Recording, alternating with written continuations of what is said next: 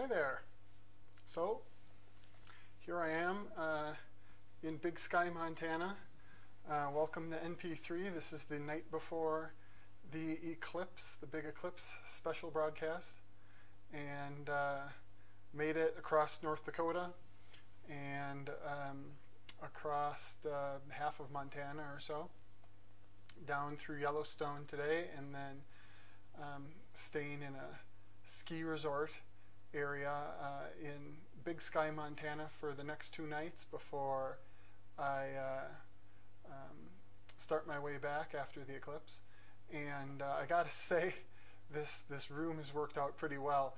It's a little bit better than the Motel 6s that I spent the last 2 nights at. So can't complain about that at all. So this is a live broadcast, or at least it's being recorded live. It'll be archived for people to watch it later. So if you're watching the live broadcast, feel free to leave comments. There should be, over to the right, there should be a chat box there. So if you have any comments or questions during the show, feel free to leave those there, and I should be able to see them pop up in the live chat window. So if I'm looking over to the left of the screen there, that's me looking at the chat window. But so I've got that going on, and then I should be having another live broadcast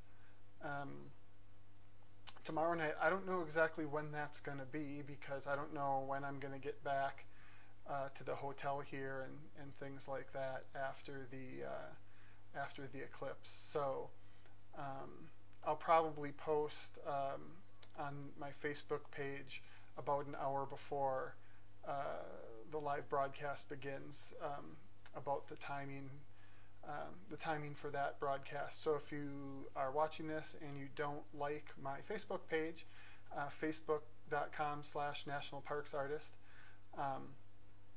is where that is. So you can catch updates there. So I'll give you a quick overview of the trip so far. I'm going to make this as brief as I can, because I have a alarm set for 2:45 in the morning, so I can pop up. I'd like to be in the car about 3 o'clock and on my way. So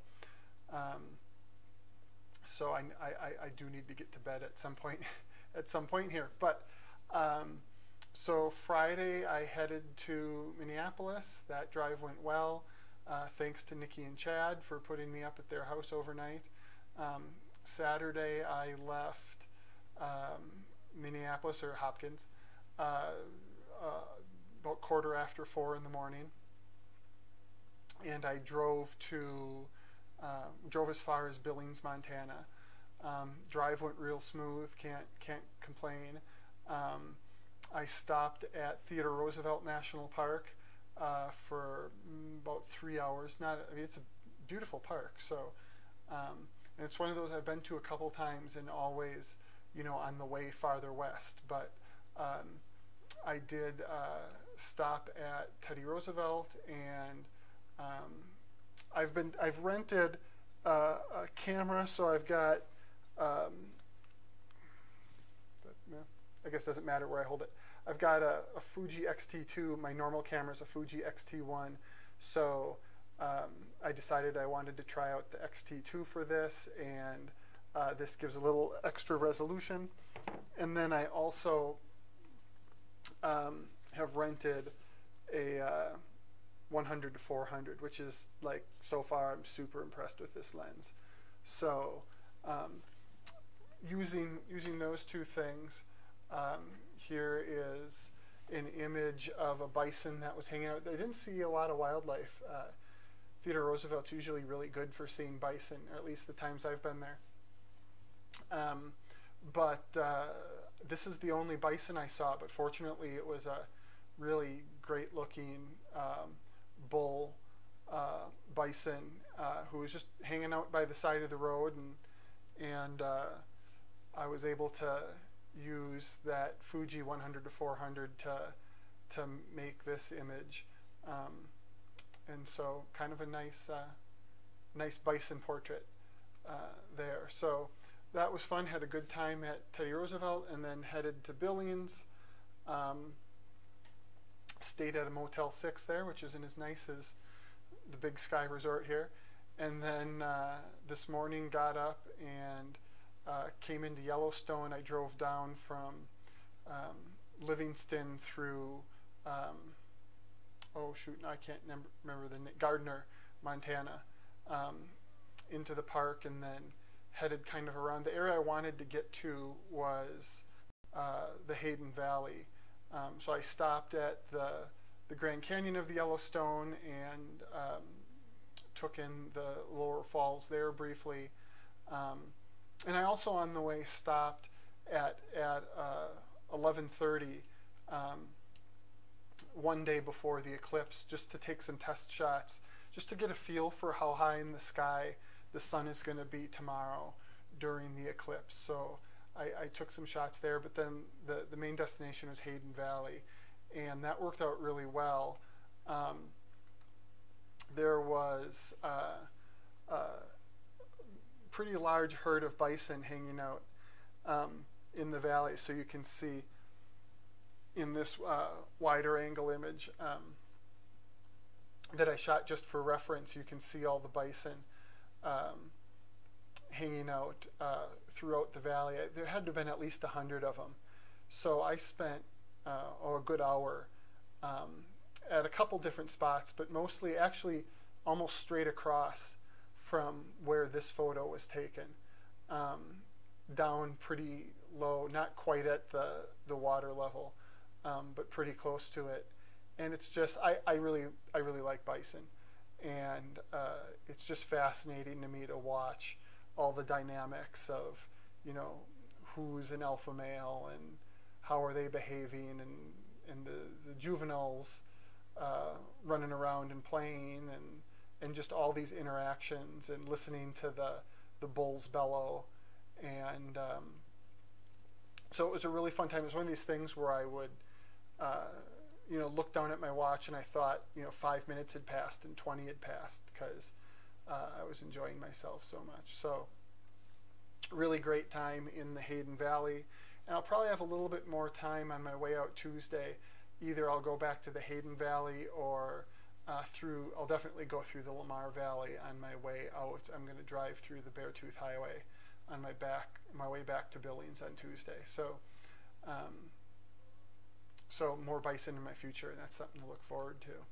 So other than that, I've got everything pretty well packed up. I went through one more test of my exposures, and since I have the rental camera, I wanted to use my remote release, my cable release with that, and it worked just great. So I timed out my set of exposures at 46 seconds. So the goal is going to be to use that to I want to get a really good landscape image, and it was useful shooting at 11:30 today to see just how high the sun is in the sky, and it's pretty high. So you know, it's really going to be key. I'm going to have to shoot a wide angle to get any kind of landscape in that's decent, any kind of foreground, and the sun. I'm going to have to shoot probably a little wider than I originally thought I was going to have to shoot. So the sun, I mean, you should be able to see that it's an eclipsed sun, but it's going to be pretty small. The key thing then is just going to be to have a really strong landscape. If I have a really strong landscape image that works with sort of the colors, I'd imagine it's going to be pretty dim colors. So if I have a strong image that works with that, and then the eclipsed sun is a thing that enhances it, I might try, if I have time, to just leave the shutter open for a 15 or 30 second exposure. If I can see some of the stars and planets that are out, I might try to use an exposure to get those too, which should just add a little bit more. But so I'm going to do that, and then, like I said, that set of exposures took about 45 seconds, and then I'll use my XT1 with the 100 to 400 to try to grab a tighter shot, even at 400 millimeters. I'm not going to be super tight in on the sun, but it'll be pretty good. Certainly close enough that I can crop it in post-processing. I should be able to get a pretty nice detailed image of the corona. So I'm going to try to just shoot a handful of shots with that, and then hopefully wrap that up total in about a minute, and have a minute to just look around and take it in. So the forecast, I looked just before I went live here. The forecast looks pretty promising. The hourly shows they're kind of refining it where the cloudy is going to be, but a little bit of partly cloudy in the morning, giving way to clear in the afternoon. And so with the eclipse at 11:30, it just depends on when that transition happens. But even partly cloudy, the odds should be in my favor of a clear shot at the sun. I would imagine at most, based on the forecast, I would think it's going to be. I think for 11 and 12 o'clock right now, it's showing mostly sunny. So I wouldn't think more than a quarter of the sky should be clouds. And I'll have some flexibility to move. I'll scope out spots, several spots along the trail. So if I think in the half an hour, 20 minutes before the eclipse that moving a quarter mile one way or the other, depending on which way the clouds are drifting, might give me a better chance of seeing the eclipsed sun, then I'll have that flexibility to do that as well. So that's my update. Like I said, I'll be up early tomorrow to get in position, and hopefully everything goes well, and I can get the image I'm hoping for. I've put a lot into it, so I'm feeling a little bit of pressure actually, just coming from myself to make a good image. But as I said, then one way or the other, I'll look to do a live stream tomorrow evening at some point, and I'll post on the Facebook page at National Parks Artist there probably about an hour or so before I go live when that's going to be, and hopefully I'll have some images. Hopefully I'll have some images of the eclipse to share, and hopefully it'll be a really great experience. So until tomorrow, thanks for checking out this video, and go out if you're in the path of totality or not, one way or the other. Go see the full or partial eclipse, and do it safely. But these don't come along very often, so make sure that you're trying to take that in as best as you can, and I will see you tomorrow. Thanks a lot. Bye-bye.